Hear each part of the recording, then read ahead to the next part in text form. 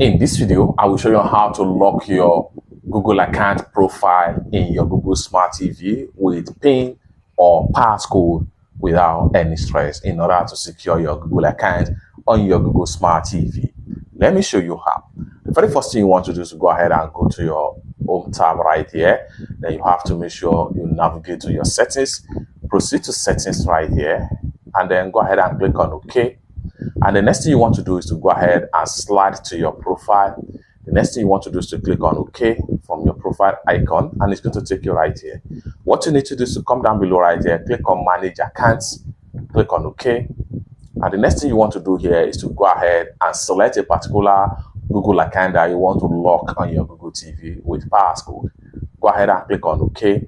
And the next thing you want to do here is to go ahead and click on Profile Lock. Click on OK. And it's going to take you right here. Verify your identity. All you have to do is to make sure you enter your Google account password in these sections right here.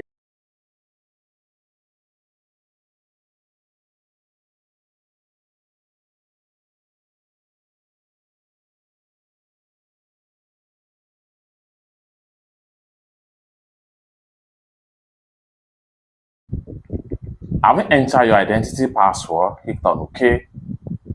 And it's going to take you right here. All you have to do is to set your passcode right here. Create a PIN. Your PIN make it easier to confirm your account without having to re-enter your password each time.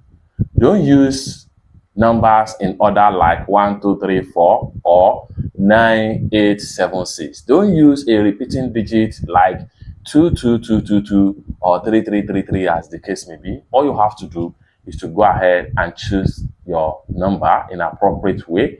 So all you have to do is to, once you select your number right here, and then you are good to go. Just make sure that you set a proper number that you will always remember.